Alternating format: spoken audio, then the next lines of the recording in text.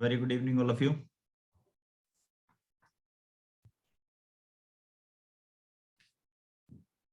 Okay, so कुछ problems थी जो फाइनल प्रॉब्लम्स मेरे पास आई है एग्जाम से पहले, जो लास्ट प्रॉब्लम्स जो मेरे पास आज आई है वो हम डिस्कस करने वाले हैं। ठीक है, तो पहले एक बार डिस्कस कर लेते हैं, उसके बाद कल एग्जाम में किस तरीके से हम अटेम्प्ट करेंगे उसके बारे में भी डिस्कस करेंगे। तो सबसे पहले देखिए, एक क्वेश्चन मुझसे ये पूछा गया था, ये एनसीईआरटी का क्वेश्चन है basically. At room temperature 27 degree Celsius, the resistance of a heating element is 100 ohm. ठीक है, तो आपको क्या दे रखा है कि रूम टेम्परेचर पर, तो लेट्स से R1 आपको दे रखा है that is equals to 100 ohm, and corresponding temperature आपको दे रखा है दैट इज 27 डिग्री सेल्सियस। ठीक है, what is the temperature of element if the resistance is found to be 117 ohm. ठीक है, तो वो कह रहा है कि भाई R2 अगर 117 ओम हो जाता है तो बताइए। और देखिए इसमें अल्फा भी आपको दे रखा है कि अल्फा यानी कोफिशिएंट ऑफ टेम्परेचर आपको दे रखा है that is equals to 1.7 into 10 की पावर -4 डिग्री सेल्सियस इनवर्स। तो क्वेश्चन में आपसे पूछ रहा है what is the temperature of the element. ठीक है, टेम्परेचर बताना है। ठीक है, टेम्परेचर ऑफ द एलिमेंट बताना है।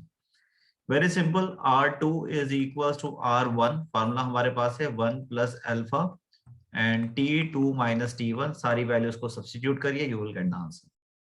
ठीक है, सॉल्यूशन आप खुद करके देख लीजिए। ठीक है, तो ये 3.5 में आपको बता रहा हूँ, 3.5 exactly in the same way. 3 अगर हम 7 की बात करें तो 3.7 में भी कुछ ऐसा ही करना है। ये क्या कह रहा है, silver wire has a resistance of 2.1 ohm at 27। ठीक है, तो R1 आपको कितना देखा है, 2.1 ओम। ठीक है, टेम्परेचर आपको कितना दे रखा है, T1 is equal to 27.5 ohm. ठीक है, and resistance of 2.7 at 100 degree Celsius, यानी R2 आपको दे रखा है 2.7 ओम, और आपको T2 भी दे रखा है इसमें विच इज 100 डिग्री सेल्सियस। कितना सिंपल क्वेश्चन है। ठीक है, तो आप यहाँ पर क्या करने वाले हैं, आपको निकालना क्या है, डिटरमाइन द टेम्परेचर कोफिशिएंट निकालना है, यानी अल्फा निकालना है। ठीक है, तो फॉर्मूला वही सेम ये वाला यूज कर लेंगे हम दोबारा से। ठीक है, सारी चीजें हमें गिवन है, R2 is equal to R1, again we will use 1 plus alpha T2 minus T1। बस ध्यान में ये रखना कि अगर ये डिग्री सेल्सियस में है तो आपको चेंज करने की जरूरत तब पड़ेगी जब आप अल्फा की वैल्यू भी सपोज अगर आपको क्वेश्चन में मान लीजिए ये जैसे यहाँ पर आप देख सकते हैं कि डिग्री सेल्सियस इनवर्स में है, तो यहाँ चेंज करने की जरूरत नहीं है, यहाँ कोई भी चेंजेस लाने की जरूरत नहीं है, क्योंकि अल्फा भी डिग्री सेल्सियस में है और ये भी डिग्री सेल्सियस में। बट मान लीजिए अगर ये केल्विन में होता है अल्फा, ठीक है, तो in that case we have to convert degree Celsius into Kelvin. ठीक है, तो इतना आपको करना पड़ेगा। ओके, अच्छा, इसके बाद नेक्स्ट जो आ जाता है हमारे पास, ठीक है, which of the following combination should be selected for better tuning of LCR circuit used for communication। देखिए, ट्यूनिंग का मतलब है शार्पनेस ऑफ रेजोनेंस। जब भी कभी हम कभी ट्यूनिंग की बात करते हैं तो tuning means sharpness of resonance. ठीक है, और when we say tuning means sharpness of resonance, तो sharpness of resonance is also known as Q factor, quality factor भी कहते हैं इसको। तो क्यू फैक्टर का एक फॉर्मूला होता है that is we already know that 1/r √L/c। ठीक है, सीधा सीधा इस फॉर्मूले का यूज कर सकते हैं। बेसिकली अगर आप देखें तो इस फॉर्मूले को बहुत सिंपली तरीके से इसको डिराइव किया जा सकता है, जैसे कि क्यू जो है वो बराबर होता है ओमेगा L/r के। ठीक है, just put the value of omega, omega क्या होता है 1/√LC। ठीक है, आपको ज्यादा कुछ नहीं करना है, सीधा उठा के इसको पुट कर देना है, तो Q is equal to 1/√LC multiply by L/r। ठीक है, कुछ इस तरीके से। और आप इसको Q इज इक्वल टू, इस L को अगर मैं इसको रूट के अंदर लेके जाता हूं तो इसको ऐसे लिख सकते हैं भाई L² /√LC, और ये हो जाएगा 1/r, एक L से एक L कैंसिल कर लो, देखो यही फॉर्मूला बन जाएगा। ठीक है, सारी वैल्यूज को पुट करिए, ठीक है, एक एक करके देखो, आपको सारी वैल्यूज पुट करनी पड़ेगी, आर की, एस की और सी की, जिसमें भी क्यू की वैल्यू मैक्सिमम आएगी, जिसकी भी क्यू की वैल्यू मैक्सिमम आएगी, इसका मतलब वही सेलेक्ट किया जाएगा फॉर बेटर ट्यूनिंग, यानी वही इंस्ट्रूमेंट सबसे अच्छा है कम्युनिकेशन के लिए, वही रेडियो सबसे अच्छा है, क्वालिटी फैक्टर। ठीक है, याद होगा हम लोगों ने काफी डिस्कस किया है कि वो रेडियो सबसे अच्छा होता है जिसका क्वालिटी फैक्टर सबसे अच्छा होता है, यानी शार्पनेस ऑफ रेजोनेंस। नेक्स्ट है the selectivity of series LCR AC circuit is large when L is large and R is large, when L is small and R is small, when L is large and R is small, when L is equals to R। देखिए एक चीज आप समझ लीजिए कि selectivity का क्या मतलब है। देखिए सेलेक्टिविटी का मतलब है of series LCR AC circuit का मतलब है कि एलसीआर सर्किट इनमें से कौन सा अच्छा होगा, कब अच्छा होगा। देखिए अच्छा होने का मतलब है एलसीआर सर्किट की सेलेक्टिविटी का मतलब है किसकी क्वालिटी अच्छी है, और क्वालिटी का मतलब हो गया क्यू फैक्टर, और क्यू फैक्टर डिपेंड करता है शार्पनेस ऑफ रेजोनेंस पर। ठीक है, क्यू फैक्टर डिपेंड करता है शार्पनेस ऑफ रेजोनेंस पर, और शार्पनेस ऑफ रेजोनेंस की जब हम बात करते हैं तो देखिए कोई भी रेजोनेंस तब होता है जब जब आप Z की वैल्यू मिनिमम हो जाए, यानी कि R के बराबर हो जाए, when Z इज मिनिमम। ठीक है, तो इसका मतलब R की वैल्यू कम होनी चाहिए, जितनी R की वैल्यू कम होगी उतना Z की वैल्यू कम होगी, ऑब्वियस सी बात है। तो इसका मतलब R इज स्मॉल, सबसे पहली बात तो यह है कि R का स्मॉल होना जरूरी है। तो इसका मतलब यह हो गया कि या तो मेरा ऑप्शन C हो सकता है या मेरा ऑप्शन B हो सकता है। ठीक है, और L की वैल्यू तो देखो लार्ज होनी पड़ेगी, क्योंकि देखो Z is equal to under root होता है हमारे पास R square plus X L minus X C का होल स्क्वायर। तो एक्सएल को तो हमें एक्सी के बराबर करने के लिए एक्सएल को बढ़ाना ही पड़ेगा। ठीक है, इन दोनों को हमें बढ़ाना पड़ेगा। तो इसका मतलब आर की वैल्यू मिनिमम होनी चाहिए और एक्स एल की वैल्यू यानी एल की वैल्यू बढ़नी चाहिए, तभी एक कंडीशन अप्लाई होगी। इसीलिए C will be the correct answer. ठीक है,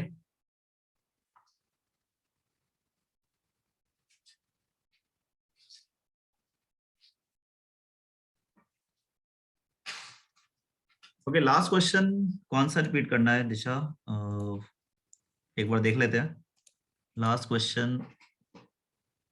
Which of the following combination should be selected for better tuning of LCR circuit used for communication? इसका मतलब ये है कि यहाँ पर जो शार्पनेस ऑफ रेजोनेंस की हम बात कर रहे हैं, ट्यूनिंग का मतलब हो गया शार्पनेस ऑफ रेजोनेंस यानी क्वालिटी फैक्टर। देखिए हमें एक कम्युनिकेशन के लिए डिवाइस खरीदना है, एलसीआर सर्किट में एक डिवाइस खरीदना है, तो उसमें शार्पनेस क्यू फैक्टर जिसका ज्यादा होता है वही आपका डिवाइस सबसे अच्छा होता है, वही रेडियो सबसे अच्छा होता है। तो क्यू फैक्टर के लिए ये फॉर्मूला एप्लीकेबल है। अगर आपको ये नहीं पता चल रहा है ये कहाँ से आया डिराइव, तो ये यहाँ से डिराइव किया, एक छोटा सा डेरिवेशन मैंने आपको करके दिखा दिया। भाई ये तो हमारा फॉर्मूला है, ये हमने रेजोनेंस के छोटे से डेरिवेशन से निकाल लिया था ओमेगा की वैल्यू, इस वैल्यू को उठा के यहाँ पुट कर लीजिए ओमेगा की जगह, बस इसको सॉल्व करिए, यही आएगा आपका पास। इसके बाद आपको क्या करना है, आर एल और सी की वैल्यू पुट करनी है, जिसमें क्यू की वैल्यू सबसे ज्यादा आएगी वही आपका आंसर होगा। ठीक है, बाकी आप खुद करके देख लीजिए, हिट एंड ट्रायल करिए, चारों के चारों आपको करने पड़ेंगे तभी आपको आइडेंटिफाई होगा। ठीक है, so I hope this is clear to all of you. चलिए, देखिए अगला क्वेश्चन है, a square surface of side L meter in the plane of paper is placed in a uniform electric field। ठीक है, बहुत अच्छा क्वेश्चन है ये। एक स्क्वायर है जिसकी साइड आपको कितनी दे रखी है, L मीटर दे रखी है। ठीक है, साइड आपको कितना दे रखा है, दैट इज L मीटर। तो इसका मतलब यहां से लेकर यहां तक ये कितना दे रखा है, L metre in the plane of paper. देखिए मान लीजिए ये जो स्क्रीन है यही हमारा प्लेन ऑफ पेपर है। ठीक है, इसी के ऊपर ये स्क्वायर है। मान लीजिए हमारी जो स्क्रीन है, ठीक है, लैपटॉप की स्क्रीन है, वो एक स्क्वायर की तरह काम कर रही है। In a uniform electric field acting along the same place at an angle theta with the horizontal side of the square, यानी इस स्क्वायर के हॉरिजॉन्टल के साथ, यानी हॉरिजॉन्टल एक्सिस के साथ, यानी एक्स एक्सिस के साथ ये कितना एंगल बना रहा है, थीटा बना रहे हैं इलेक्ट्रिक फील्ड। तो क्वेश्चन में कह रहा है भाई इलेक्ट्रिक फ्लक्स बताइए कितना यहां पर बनेगा। तो देखिए what is electric flux. Electric flux तब बनता है जब किसी भी सरफेस से इलेक्ट्रिक फील्ड लाइंस परपेंडिकुलरली पास हो, तभी वहां पर इलेक्ट्रिक फ्लक्स बनता है। और ऐसे ही अगर मैग्नेटिक फ्लक्स की बात करें तो वो भी परपेंडिकुलर होना चाहिए। Then the it should be, यानी electric field must pass perpendicular to the surface. अब अगर आप यहां पर देखेंगे तो ये parallel to the surface electric field pass हो रहा है, ठीक है। और अगर ये पैरेलल टू द पास हो रहा है तो इसका मतलब यहाँ पे फ्लक्स बनेगा ही नहीं, क्योंकि फ्लक्स तो तब बनेगा जब आप इसको क्या करेंगे, जब आप इसको परपेंडिकुलरली पास करेंगे, ठीक है।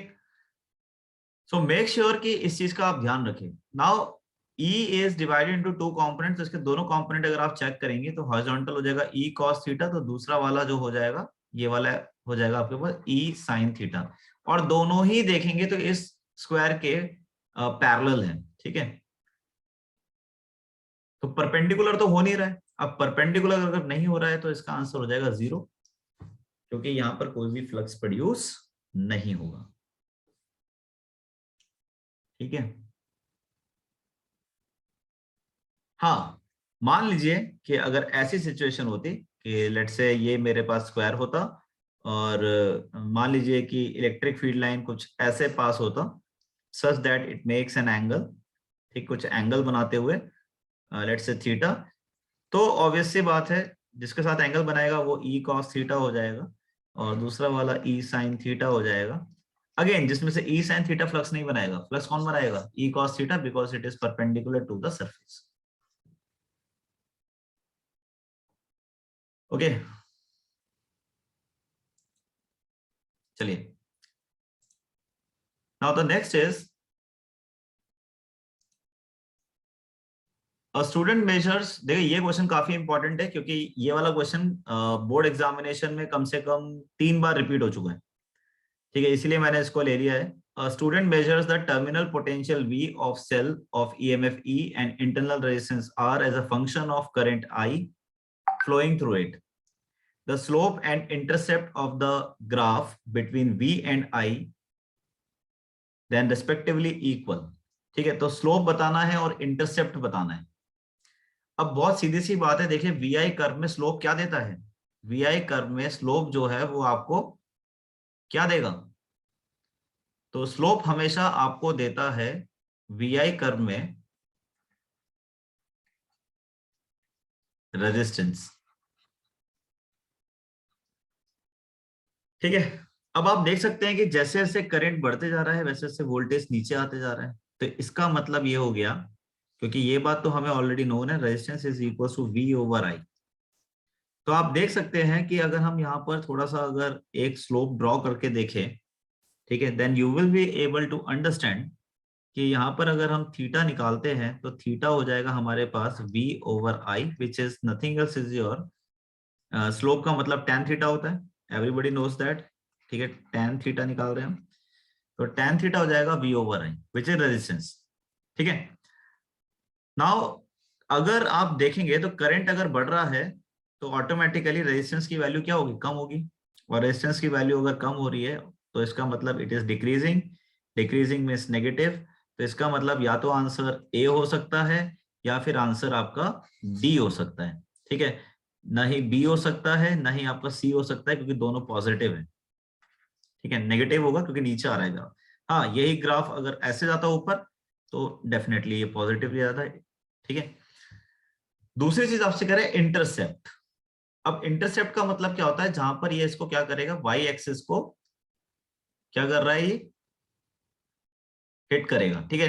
तो वाई एक्सिस को अगर हम देखते हैं तो हम यहाँ पर सीधा सीधा लिख सकते हैं दैट इज वाई एक्सिस पर अगर हम यहाँ पर देखेंगे तो this is the maximum voltage and maximum voltage is also known as EMF, तो इसका मतलब this will represent the EMF, क्योंकि it is a positive value, तो इसका मतलब आंसर जो हो जाएगा वो मेरा ए हो जाएगा। So A will be the correct answer. ठीक है,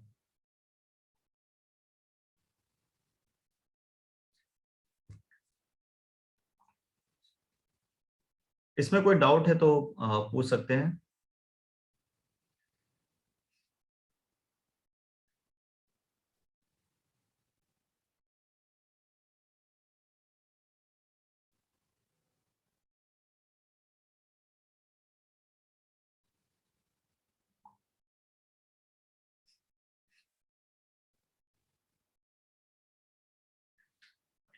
चलिए, नाउ नेक्स्ट इज,